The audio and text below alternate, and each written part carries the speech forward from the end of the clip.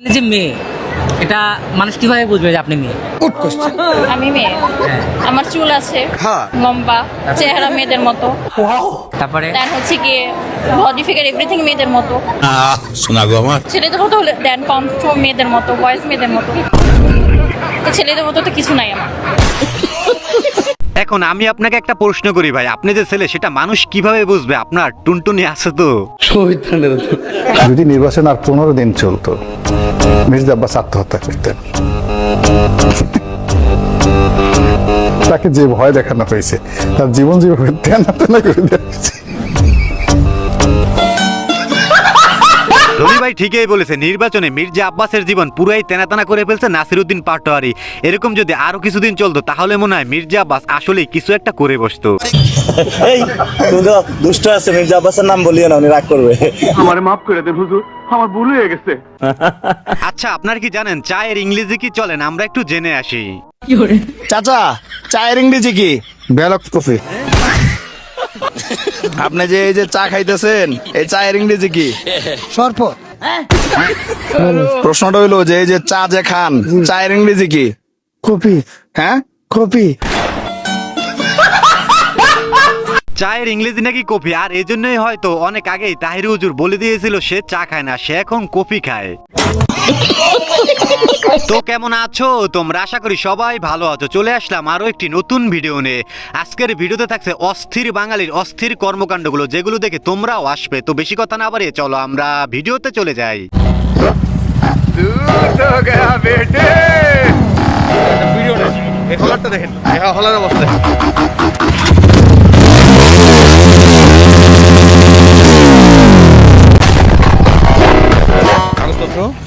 Driving licence কিছুই নাই,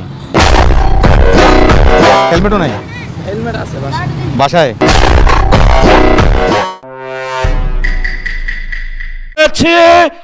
আমরা রাজপথে থাকবো, কড়ায় গন্ডায় ইঞ্চি ইঞ্চি করে জনগণের উপরে যারা ভোটার ইঞ্জিনিয়ারিং করেছে, ভোট ডাকাতি করেছে, প্রমাণ দাও, প্রমাণ দাও। ওটা নাকি ইঞ্জিনিয়ারিং হয়েছে, আর ভোট ইঞ্জিনিয়ারিং কোনোভাবেই মেনে নেবে না নাসিরউদ্দিন পাটোয়ারি।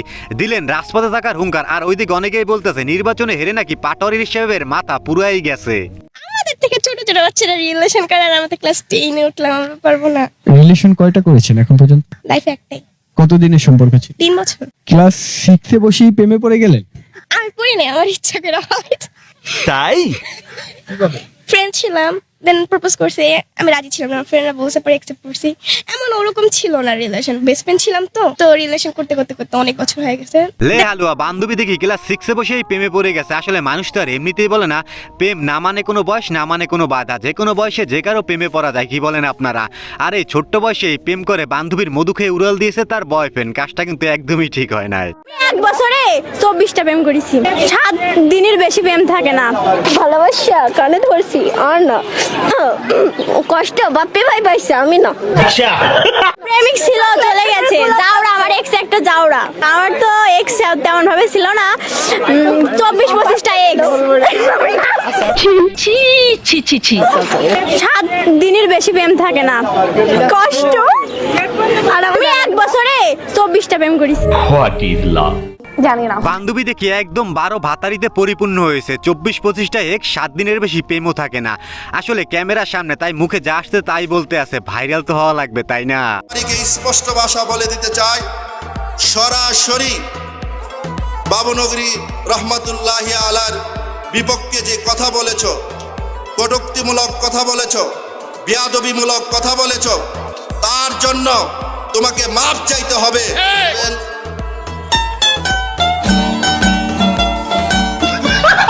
নাসিরউদ্দিন পাটোয়ারিকে হুঁশিয়ারি দিতে আছে, আর যখন সে দেখলো যাকে সে হুঁশিয়ারি দেয় সেই পাটোয়ারি সাহেব তার পিছনে, তখন তার রিয়াকশনটা কিন্তু সেই ছিল রে ভাই। এ পর্যায়ে 1 মিনিট সংক্ষিপ্ত বক্তব্য নেন টেকনাফ উপজেলা শ্রমিক দলের সাধারণ সম্পাদক ভাই মুন্না।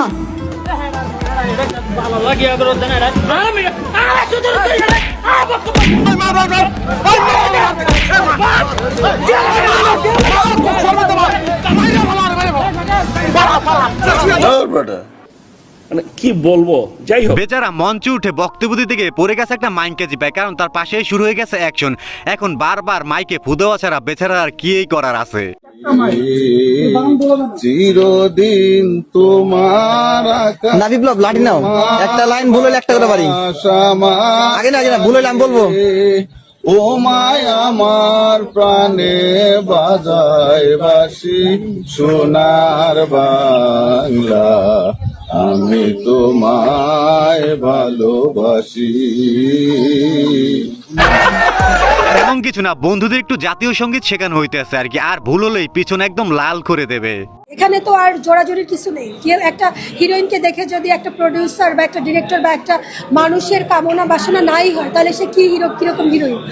আসো খেলবো, খেলা হবে। এখন একটা মানুষ আপনাকে দেখে চাইতেই পারে, আপনি কি দিবেন না দিবেন ডিপেন্ড করবে আপনার উপর। আপনি আমাকে ভালোবাসতে পারেন, আপনি আমাকে দেখে একটা চোখ মারতে পারেন, আপনি আমাকে বলতে পারেন যে আমি আপনার সাথে একটু কফি খেতে চাই, বা আপনি আমাকে বলতে পারেন আমি আপনার সাথে একদিন সময় কাটাতে চাই। পাট খেতে যাবি আমার লগে। আসলেই তো, একটা হিরোইনকে দেখে যদি একটা ছেলের কামনা বাসনা নাই জাগে, তাহলে সে কিসের হিরোইন রে ভাই? বলি বান্ধবী, চাইলে সবকিছু দেবে তো তুমি? মানে এটা কোনো কথা?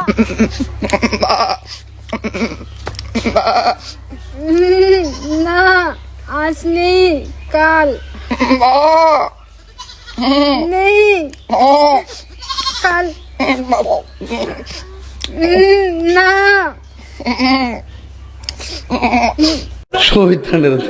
এদের অবস্থা দেখে মনে হইতেছে এদের পিছনে কেউ কিছু ভরে দিয়েছে, নয়তো এরকম করতে আছে কেন?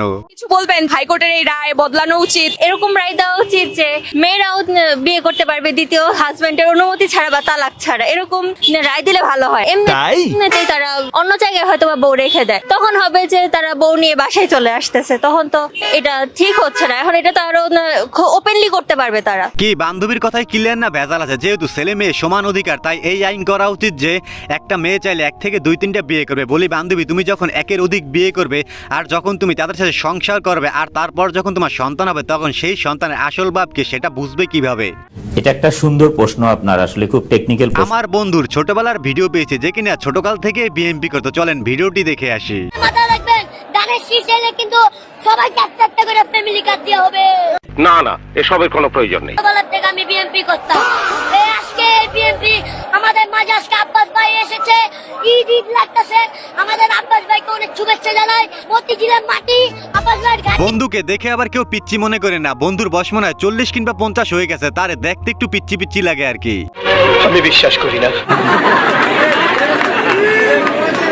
চুরি হওয়ার পর না হাসেন না, আমি মামলাও করছি,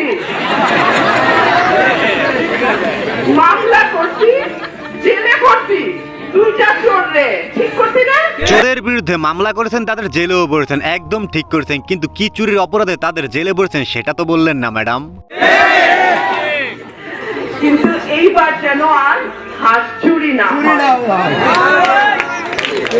আপনাদের সরস্বতী বাহনকে আমি বড় মায়া করি। ছোটবেলা থেকে হাঁস পালি, আমার বাড়িতে 20টা রাজহাঁস ছিল, সেই রাজহাঁসগুলির মধ্যে 8টা চুরি হয়েছে। না না, কাজটা ঠিক হয়নি, আমার মাফ করে দেন হুজুর, আমার ভুল হয়ে গেছে। এই যে যারা তার হাঁসগুলো চুরি করেছেন, আপনারা কিন্তু কাজটা একদমই ঠিক করে না, এটা খুবই অন্যায় কাজ করেছেন। গতকালকে তো এক ঘটনা ঘটছে, শুনছেন? হ্যাঁ, গতকালকে একজনের কর্মী ধরা খাইছে হইলো মাদক নিয়ে।